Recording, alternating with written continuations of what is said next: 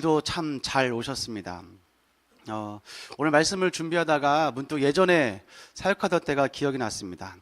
오래전에 제가 청년부를 담당을 했었는데 대학부를 같이 담당을 하면서 이제 리더들과 함께 성경 공부를 했었습니다. 근데 성경 공부할 때에 제가 리더들한테 어떤 숙제를 내줬냐면, 다 이제 대학생들이니까 전공들이 다 있잖아요. 그래서 제가 어떤 숙제를 내줬냐면, 너희들 자신의 전공으로 하나님께 영광 돌릴 방법을 찾아와라. 그리고 자신의 전공을 통해서 복음을 전할 방법을 한번 만들어 오라. 이런 숙제를 내주었습니다. 그러니까 이제 한 주가 지나서 숙제를 다 해왔는데 보니까 수학과 애들은 이제 뭐 이런저런 막 수학 공식을 막 댑니다. x랑 y랑 놓고 x를 예수로 놓았을 때 y는 사람인데 뭐 이런 얘기를 쭉 막 하고, 또 과학을 전공하는 친구들은 와가지고 화학과 뭐 물리 이런 친구들이 뭐 mgh 2분의 1 mv 제곱 뭐 이런 얘기하면서 m은 질량 움직이지 않으니까 그거를 예수로 놓고 뭐 중력이 어떻고 가속도가 어떻고 이런 얘기를 쭉 합니다. 또 정치 배우는 애들, 또 방송 배우는 애들, 이런 친구들이 와가지고 자신의 전공을 살려서 복음을 전할 수 있는 방법들을 여러 가지를 만들어 왔습니다. 그 숙제를 내준 이유가 있었습니다. 하나님께서 지금 그 자리에 나를 두었다라는 것을 좀 알게 하고 싶었어요. 그 전공을 하게 하셨다는 이유, 그리고 그것을 배우게 하는 이유, 그 학교를 가는 이유, 그리고 그렇게 지금 그곳에서 살고 있는 그 이유가 다 하나님이 그곳에 나를 두셨다라는 것을 좀 알게 하고 싶었습니다. 우리는 이것을 알아야 됩니다. 오늘 아침에도 바울은 우리들에게 편지 한 통을 쓰고 있습니다. 1절에 보니까 이렇게 말합니다. 14년 후에 내가 바나바와 함께 디도를 데리고 다시 예루살렘으로 올라갔다. 여기서 14년이라고 말하는데 이게 정확히 언젠지를 잘 모릅니다. 바울이 회심하고 나서 14년 후를 얘기하는 건지, 아니면 바울이 회심하고 나서 한 3년쯤 지난 다음에 예루살렘을 한번 베드로 만나러 간 적이 있습니다. 그리고 나서 14년 후인지 언제인지는 명확하지 않지만 어쨌든 많은 시간 동안 바울이 복음을 전하는 사역을 한참 한 이후에 예루살렘으로 간 거예요. 14년 만에 바울은 왜 예루살렘으로 갔는가? 2절과 6절에 보면 그 이유가 나와 있습니다. 우리 2절 말씀 한번 같이 볼까요? 2절 같이 보겠습니다. 시작. 계시를 따라 올라가 내가 이방 가운데서 전파하는 복음을 그들에게 제시하되. 자, 여기까지 보면 지금 바울이 뭐 여러 가지 이유가 있겠지만 바울이 예루살렘으로 간 이유가 뭐냐라고 물어보면 대답은 하나입니다. 계시를 따라. 무슨 말입니까? 하나님의 뜻을 따라 내가 예루살렘으로 갔다라는 거예요. 6절에도 같은 말씀이 있습니다. 우리 6절 말씀 같이 보도록 하겠습니다. 6절입니다. 시작. 유력하다는 이들 중에 본래 어떤 이들이든지 내게 상관이 없으며 하나님은 사람을 외모로 취하지 아니하시나니 저 유력한 이들은 내게 의무를 더하여 준 것이 없고. 그러니까 어떤 유력한 사람들, 힘 있는 사람들, 높은 사람들, 그 사람들을 만나거나 아니면 그 사람들 때문에 내가 그곳을 간 것이 아니라 2절에 있는 것처럼 하나님의 뜻을 따라 예루살렘으로 갔다라는 거예요. 이것이 바울을 움직이게 했다는 겁니다. 바울은 지금 어디를 가든지 무엇을 하든지 무슨 일을 하든지 바울의 마음속에는 어떤 확신이 있었습니까? 내가 지금 예루살렘으로 가는 것, 내가 지금 복음을 전하는 것, 내가 무슨 일을 하든지 그것은 하나님의 뜻이다라는 확신이 그에게 있었다는 거예요. 이 하나님의 뜻이라는 확신이 바울이 어떠한 어려움도 이기게 한 힘이고, 두려워하지 않는 힘이었고, 그 무엇도 다 견뎌낸 능력의 원천인 것입니다. 하나님의 뜻이라는 확신. 바울에게는 이 확신이 꼭 필요했습니다. 우리 다 아는 것처럼 바울은 사도성에 대해서 굉장히 많은 공격을 받았습니다. 네가 무슨 사도냐? 너 예수님의 제자도 아니었잖아. 예수님의 제자도 아닌 사람이 갑자기 사도로가 나타나가지고 네가 진짜 예수 믿는지 어떻게 알아? 예수님 만났다고는 하는데 나 본 적도 없다. 너 원래 그런 애였잖아. 이런 사도성에 대한 질책들이 굉장히 많았습니다. 그리고 또 하나는 무엇입니까? 바울이 이방인들에게 복음을 전하는데 할례를 이야기하지 않습니다. 율법을 강조하지 않습니다. 그러니까 유대교를 벗어내지 못한 이 종교인들이 그를 늘 공격하고 있는 겁니다. 예수를 믿는다고는 하면서 여전히 그 유대교, 율법주의를 벗어내지 못한 이 종교인들이 늘 바울을 공격하고 있는 겁니다. 그제도 그랬고 어제도 그랬고 오늘도 또다시 다른 복음을 가진 사람들을 지적하고 있습니다. 바울은 왜 이것이, 이 율법을 이야기하는 것이 다른 복음임을 알고 있었습니까? 복음을 들었기 때문입니다.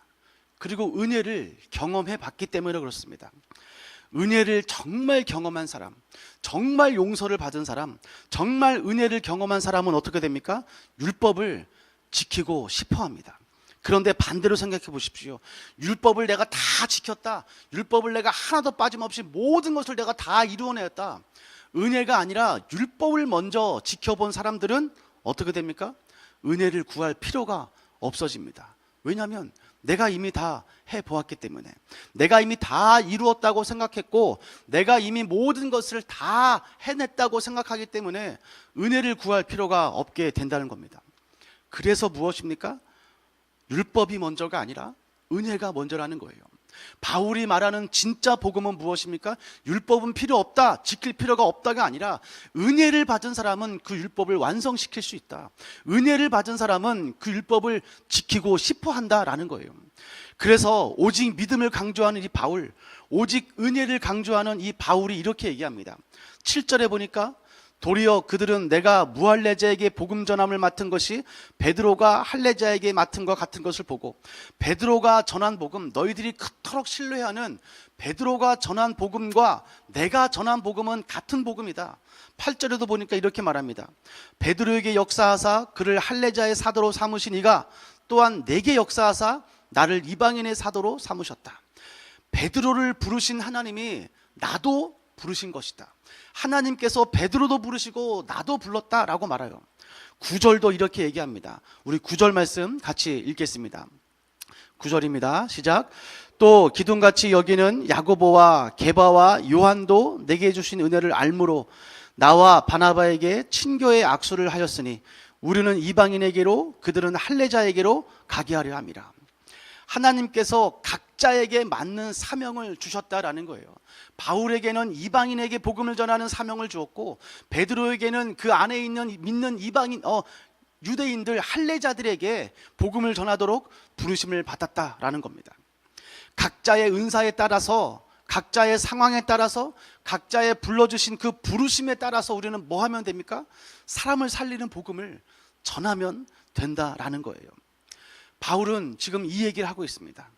너희들이 볼 때 참 이상해 보일 수 있지만 이것은 분명하게 하나님의 뜻이고 하나님께서 부르신 것이고 하나님의 각자의 은사에 따라, 각자의 상황에 따라, 각자의 전공에 따라서 하나님께서 지금 그 자리에 불러주신 것이다. 주변에서 볼 때 우리를 이해하지 못할 때가 있습니다. 주변에서 볼 때 우리를 도무지 왜 저렇게까지 하나 이해하지 못할 수도 있습니다.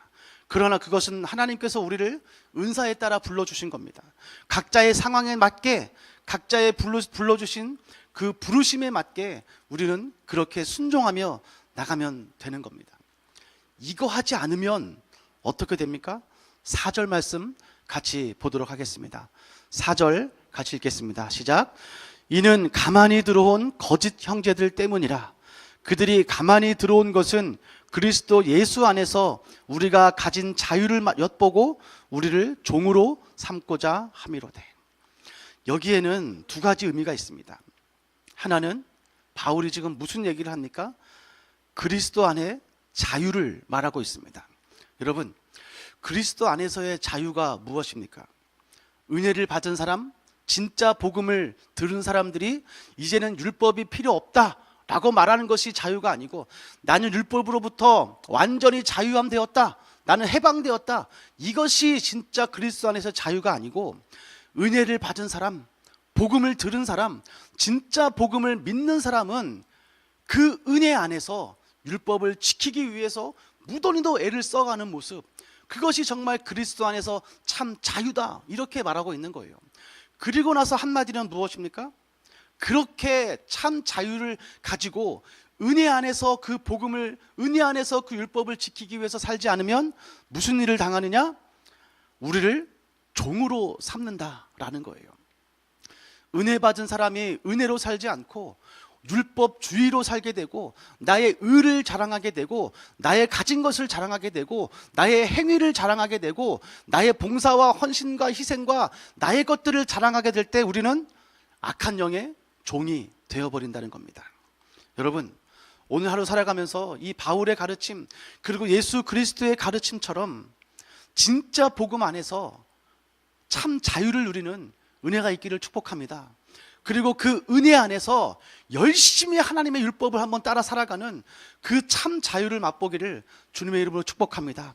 그리고 악한 영의 종이 되지 않았으면 좋겠습니다. 늘 우리를 조롱하고 우리를 비방하고 우리를 두렵게 하는 그 이방들, 또 그런 미신들, 여러분 전 보러 가보셨습니까? 안 가봤겠죠. 전 보는 사람들 얘기를 들어보십시오. 미신 믿는 사람들 얘기를 들어보십시오. 다 그 시작이 뭔지 아십니까? 두려움입니다. 두려움. 이거 안 하면 대학 떨어진대요. 이거 안 하면 남편 사업 망한대요. 이거 안 하면 큰일 난대요. 이거 안 하면 화가 있대요. 어렸을 때 들었던 얘기 들어보세요. 문지방에 서 있지 말라고 합니다. 왜요? 복 나간다고요. 문지방에 서 있는데 왜 복이 나갑니까? 내 다리를 흔들고 있는데 왜 복이 나갑니까? 밤에 피리 불고 휘파람 불면 뱀 나온대요. 다 그게 뭡니까? 은연중에 자꾸만 우리들에게 두려움을 심어주고 있어요. 율법주의라는 것은 무엇입니까? 미신이라는 것은 무엇입니까? 종으로 삼고 있는 것은 무엇입니까? 자꾸만 우리 속에 두려움을 심어주고 있습니다. 그러나 예수 그리스도 안에서의 참 자유함은 무엇입니까? 두려움이 아니라 그 안에서 마음껏 뛰어다닐 수 있는 자유를 우리에게 준다는 겁니다. 여러분, 그러나 중요한 것 한 가지가 있습니다. 우리가 자유라고 하는 것은 방종이 아닙니다. 방종이 아니라 순종이 참 자유인 것입니다. 오늘 하루를 살아가면서 이것을 기억했으면 좋겠습니다. 그리스도 안에서의 참 자유는 방종이 아니라 순종입니다. 하나님 나에게 순종의 은혜를 부어주시고 그 순종하면서 열심히 그 자유 안에서 하나님께 달려가는 그 은혜의 하루가 되게 해 주십시오. 이렇게 살아가는 하루가 되기를 주의 이름으로 축복합니다.